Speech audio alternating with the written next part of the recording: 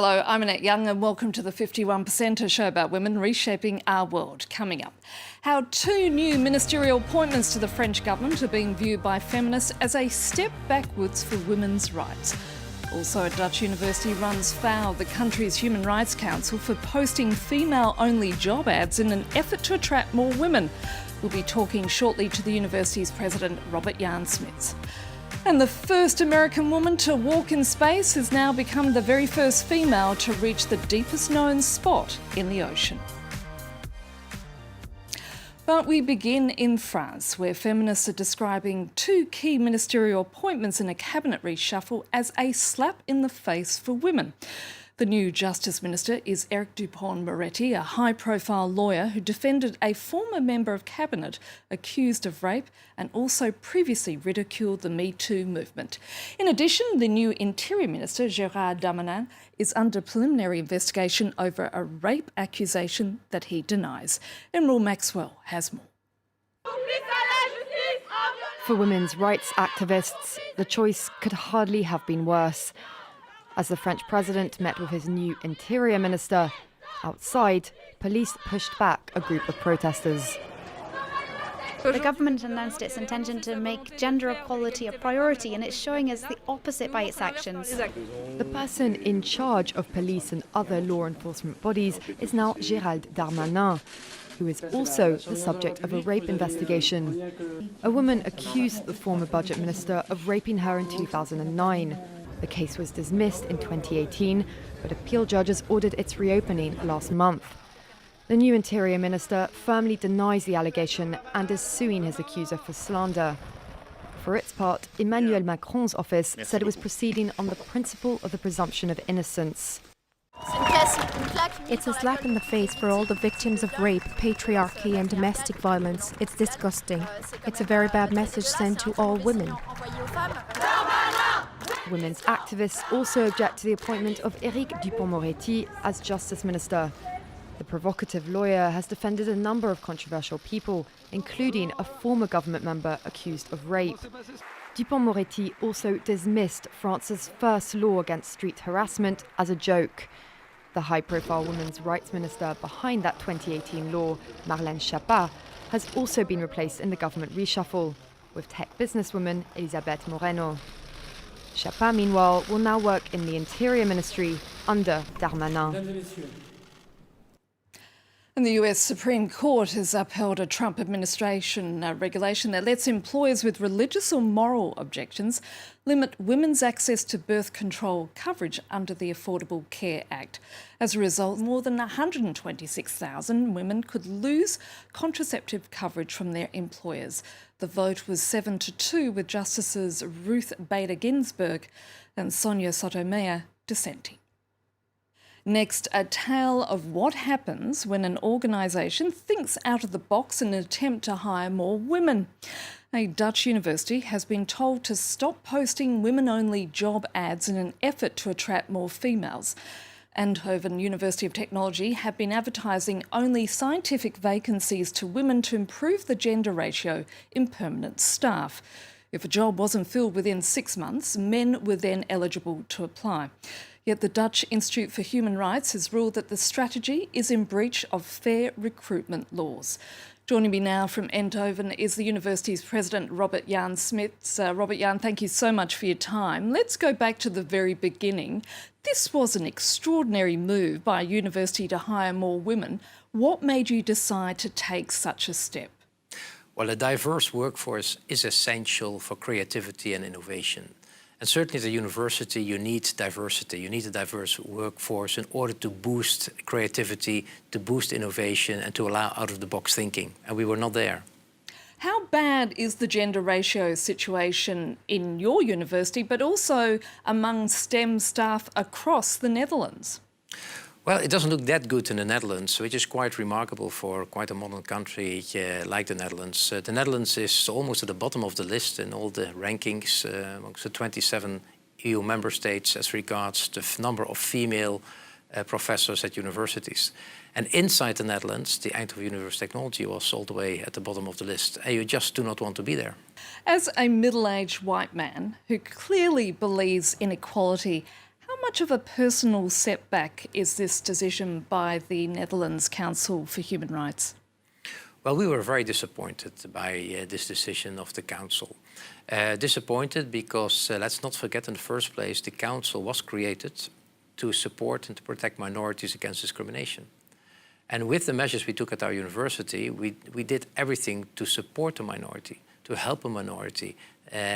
So it was for us quite a surprise when we got the results. We got this verdict from this council. So yeah, we were disappointed by it. We did not expect that it would be coming. It just shows, doesn't it, how hard it is to rebalance a gender ratio. Absolutely. It shows that we still have a long way to go. Not only with regards to this gender equality, but also we saw it in other fields. When we announced this measure at our university, that same day it became known that another Dutch university was paying female staff less than its male staff.